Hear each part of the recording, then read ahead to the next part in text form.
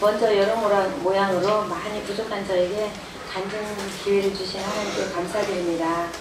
저는 어려서부터 신앙생활을 했습니다.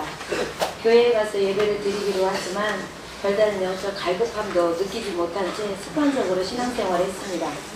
그러던 어느 날 아이들을 태우고 운전하고 가다가 고속도로 한가운데서 큰 사고를 내게 됩니다. 큰 아이는 기절한 채 정신이 없었고 왜 이런 일이 있나 싶어 저는 하나님께 원망했습니다.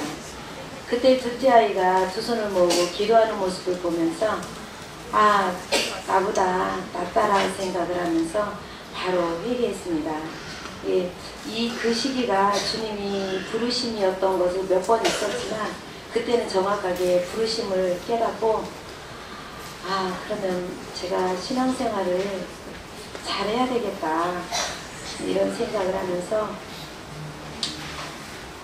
이제 우리 아이는 병원에 갔고요. 이제 수술하는 과정에서 이제 검사 과정에서 자꾸 이상한 생각지도 않은 일들이 자꾸 생기더라고요. 검사 과정에서 자꾸 피만 빼도 이렇게 슈커가 오고요. 머리부터 이렇게 노래지면서 파래지면서 이렇게 죽어가는 모습을 저는 실제로 봤거든요. 딸아이한테서 그걸 보고 또 그래서 바로 응급실로 내려갔는데 바로 이제 약을 투여하고 내가 이제 얼굴이 혈색이 돌아오면서 괜찮아지는데 바로 이제 반응 검사, 항생제 반응 검사를 해야 되는데 반응 검사를 또 하는데도 아무 이상이 없어요. 그래서 또 주사를 놨어요. 그랬더니 막 순간 이렇게 오독에 빨개지듯이 온몸이 막 빨개지면서 막 이렇게 긁더라고요. 그래서 이게 무슨 일인가 하는데도 저는 너무 강박했어요. 그래서 기도도 안 하고 왜 이런 일이 있나 자꾸 그 생각만 하고 있었어요. 새벽 4개는 제가 이게 내일 수술하다가 이런 일이 있으면 애가 죽는다는데 죽을 수도 있다는데 이걸 어떻게 하나 이렇게 생각을 하다가 제가 그때는 깜빡 자면서 기도하느라고 기도도 못했지요. 뭐 기도 생활도 안 했으니까. 그런데 그 순간에 이제 기도를 해야 되겠다 생각을 하고 우리 아이 수술하는데 살려만 달라고 제가 하나님 일 하겠다고.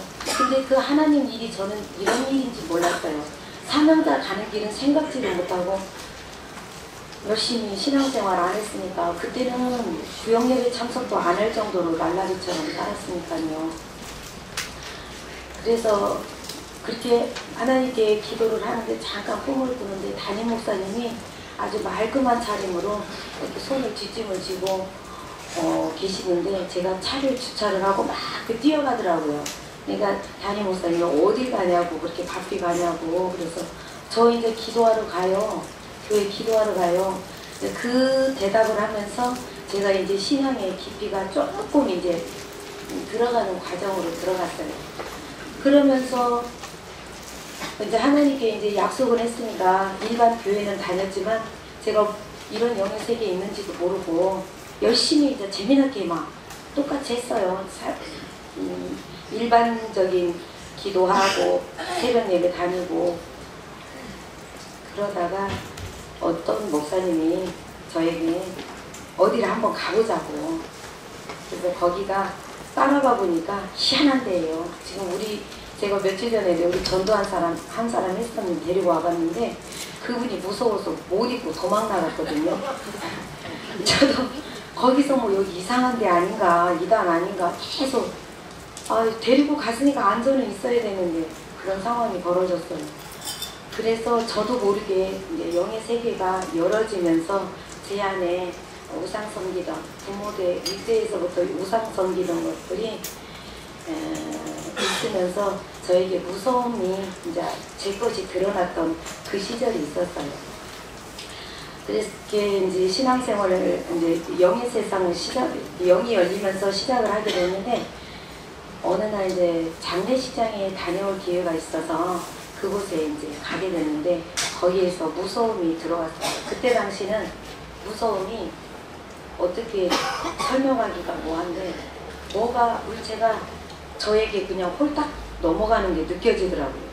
꿀꺽 넘어갔는데 그때부터 제 몸에서 막 향냄새가 막 풀풀 나고 이거 도대체가 살 수가 없는 거예요. 해질녘이면 아주 몸이 이렇게 너무너무 무서워요. 이렇게 해질녘이면 막 사람이 스산해지고 어떻게 표현하기가 힘들고 밥도 못 먹겠지요. 잠도 못 자겠지요. 그러니까 그때 당시는 남편이 3개월 외국에 나가 있는 시기에 딱 맞춰서 그런 일이 일어났거든요. 그래서 이게 귀신이 저를 잡고 있었고 모든 일이 이런가? 그러다 보니까 막 그냥 무서움만 계속 나오는 거예요. 시간이 짧으니까 잠깐만 할게요. 저는 그 무서움이 계속 하니까 몸은 자꾸 마르고 그래서 제가 그 기도하는 권사님, 목사님들한테 연락을 해서 기도 좀 해달라고 잠을 못 자겠다고. 근데 그 과정에서는 무서움만 귀신만 역사하는 게 아니라 주님도 같이 하시는 거예요. 이렇게 십자가 이렇게 매달려서 이렇게 고개를 떨구면서 다 이루었다 이런 말씀도 주시고요. 골고다에 가시면서 등에 이렇게 보면서 저를 이렇게 뒤로 돌아보면서 그 힘겹게 이렇게 한 발 한 발 디디는 그 모습도 보여주시면서 근데 말씀으로도 뭐 기도로 무장도 안 된 사람이 이렇게 영의 체험을 하게 되니까 무서움밖에는 없었던 것 같고 그런 시절이 있었습니다. 그러다가 이제 대전에 사는 목사님이 이제 그러면서 이제 우리는 계속 한 번씩 이제 오고 가고 이야기를 했어요. 그리고 일반 교회에서 이제 많이 놓쳤지요. 이런 영의 세상을 너무 가기 싫었고 무서우니까 싫었는데 영의 세상을 다시 가야 되는 거 아닌가라고 대전에 있는 목사님하고 얘기를 하면서 충주를 다녀오셨다고 그러면서 충주에 다녀오셨다고 하면서 그 충주에 한번 가보면 어떻겠나. 그런데 저는 이미 많이 그 세상에서 많이 멀어졌던 것 같아서 신경이 안 쓰이더라고요. 그래서 어느 날 제가 유튜브를 한번 볼까 그 마음이 생겨서 한번 보내달라고 그 이야기를 했는데 유튜브를 보니까 그 선호생 목사님이 하시는 말씀이 세상 사람은 용 빼는 자주가 없지만 여기는 용을 뺍니다. 그 말씀이 저는 배가 항상 이게 뭐가 하는 게 뭉쳐있는 것을 알고 있었거든요. 그래서 아 그게 용이니까 나 그거 빼야 되겠다. 그래가지고 제가 그 주에 진짜 1월 첫째 주 목요일이에요. 그 주에 그냥 혼자 왔어요. 그래서 그 용 빼려고 왔는데 아직도 다 빠진 것 같지는 않습니다. 아직도 멀은 것 같아요. 지금 앞에서 간증하신 분들 들어보니까 아유 아직 저는 멀었구나 생각이 들어요. 그래서 그 1월 첫째 주부터 이렇게 오게 된 게 그러면서 이제 그때 옛날에 둘째 날 신학 공부를 하면서 둘째 날 말씀하시는데 아 그때 소명을 받았구나. 저는 사람들이 보면 자꾸 신학해야 되지 않냐고 자꾸 하는데 나는 하나님이 안 주셨다고 고집부리고 있었더니 상황들은 저희 가정도 많이 어려워지고 그래서 이제 그때는 그냥 순종을 그냥 했습니다. 여기 계신데요. 저기 뒤에 계신 어떤 분 한 분 계세요. 그분이 신학을 다른 데서 하고 오셨다는데 여기서 해야지 뭘 딴 데서 하냐고 하다가 저도 코가 확 꼈어요.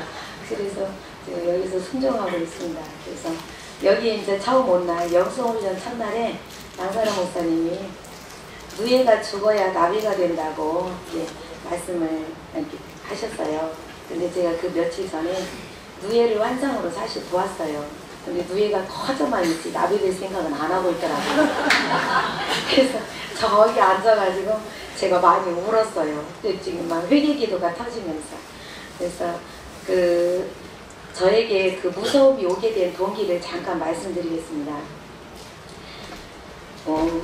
어렸을 때 한 5살 때쯤 할머니를 따라서 이렇게 무당집에 가게 됐어요.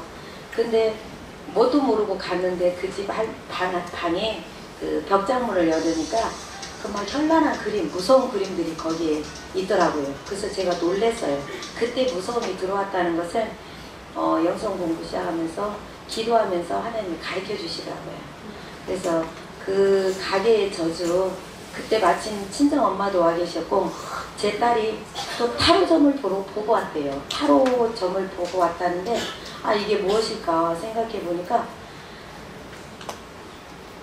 옛날 같으면 이 훈련을 받기 전에는 예수 믿으면서 그런 데 가서 그걸 보냐고 막 제가 좀 잔소리 심하게 했을 건데 아 기도해보자. 우리 가정에 흐르는 저주가 지금 하나님이 끊게 해주시려고 기도하게 하시나 보다. 그래서 그 조용히 이제 넘어갔어요. 옛날같이 우리 애한테 상처를 주지 않고. 그래서 그 훈련을 하다 보니까 할아버지한테서도 오는 것들이 있어서 제가 어저께사 이거 훈련 통해서 여기 글에는 못 썼어요. 어제사 그게 깨달아졌는데 할아버지한테서 온 것들도 있었구나 하면서 하나님이 마음을 주시는데 제가 언니가 상처가 제가 많이 여기까지 차있던 사람이에요. 근데 왜 남한테 말을 잘 못해요. 상처가 오면 그걸 참아요. 그래서 다른 사람한테 이렇게 풀지를 못하고 참는 습관이 돼가지고 꽉 차서 여기 오니까 여기가 뚫어지지 않다고 아까 어떤 장모님 말씀하셨는데 저도 뚫어지지 않았거든요. 근데 어제 그게 뚫어질 수 있는 이렇게 사건이 생긴 거예요. 왜 언니가 이제 어릴 때 아주 어릴 때인데 너는 다리 밑에서 주워왔다고 그 소리를 하는데 엄마한테 엄마 제 이름을 부르면서 다리 밑에서 주워왔지? 그러니까 엄마가 주워왔어 이렇게 하시니까 제가 너무 서운한 거예요. 그래서 막 그 마당에서 막 발을 버덩거리면서 울었는데 어제 기도하다 보니까 그 발을 막 버덩거리면서 제가 하고 있더라고요. 근데 이게 뭐지? 하니까 그 생각이 쭉 나더라고요. 아 그때 상처가 들어왔는데 그게 상처인지도 모르고 살았구나. 그 상처가 오늘 보니까 우리 가정에서 이렇게 기도를 하는데 동생도 그런 거에 눌려있고 누구도 눌려있고 이렇게 보니까 엄마도 그게 있었고 할머니도 그러고 있었고 이게 다 이게 그 할아버지의 그 완고함에서 다 눌려가지고 이렇게 왔던 것들이 이렇게 쓴뿌리로 앉아있고 그래서 이 상처를 통해서 그 누군가의 말을 못하는 거예요. 왜? 그가 나를 미워하고 싫어할까 봐서. 그러니까 참고 이렇게 왔더라고요. 그래서 제가 어제 하루 전날이지만 정말 하나님께 감사했습니다. 그리고 여기에 와서 이제 훈련 받으면서 어깨가 많이 고쳐졌어요. 여기가 50견은 아닌데 병원에도 많이 다녀보고 치료도 많이 받아봤어요. 그런데 낫지는 않고 이제 여기에서 가리고 쑤시는 것은 없어졌어요. 근데 이제 뼈 사역을 통해서 많이 치료를 받았구나. 근데 이제 목하고 이쪽은 교만이라고 하는데 아직도 그거는 완전히 치료를 받지 못했습니다. 그래서 더 앞으로 회개를 해야 되겠고요. 그리고 손수건 사역과 옷깃 사역, 그림자 사역 이럴 때마다 다 기름 부으심을 받았습니다. 근데 너무 뒤에서 빨리 이렇게 되니까 이렇게 오다가 끊어지는 그런 상황이 있었습니다. 좀 더 느끼고 싶은데 네 그렇게 있었고요. 그리고 특히나 그림자 사역할 때는 무릎에 힘이 쫙 빠지면서 무릎이 이렇게 부러지면서 온몸이 이렇게 그 기름 부음인가 임재 같은 것을 딱 느끼다가 제가 더 이상 기도는 못했습니다. 그리고 눈은 마음의 창이라고 거울 사역을 했는데 그 거울 사역하면서도 저가 제 눈을 뜨려고 본 게 아닌데 이상하게 순간 확 변하는 모습을 보면서 제가 순간 놀래면서 거기에 목사님이 빨리 사역하라고 이렇게 말씀하시길래 사역을 했더니 제 본래의 모습으로 눈으로 돌아왔고 그 거울 사역을 통해서 내 이야기에는 참 안목의 정욕과 육체의 정욕과 이생의 자랑이 아직도 나에게는 많이 있구나. 많이 내려놔야 되겠다. 주님의 도우심만 바라야 되겠다 하면서 제가 많은 은혜를 받았습니다. 그리고 8주간의 영성 훈련을 통해서 시간 활용과 배운 것을 삶에 적용하는 데는 미숙했지만 앞으로는 더 게으르지 않고 더 열심히 해서 놓친 부분을 잘 보완하면서 더 많이 기도하고 주님 만나는 데 힘쓰도록 노력해야겠다고 다짐합니다. 이런저런 모양으로 너무나도 많이 부족한 저를 세워주시는 것은 훈련이라 생각하고 순종하였습니다. 이토록 부족한 저를 지도해 주시는 성우사 목사님과 양사라 목사님께 감사드리며 옆에서 많은 도움을 주신 박땡땡 헬퍼님께도 감사드립니다. 팀토일을 하며 함께 은혜 나눈 조승립진 분들과 이 자리에 계신 모든 분들께 감사를 드리며 다른 예배 자리를 인도해 주시고 말씀으로 치유해 주시는 성삼위 하나님께 감사와 영광과 존귀를 올려드립니다.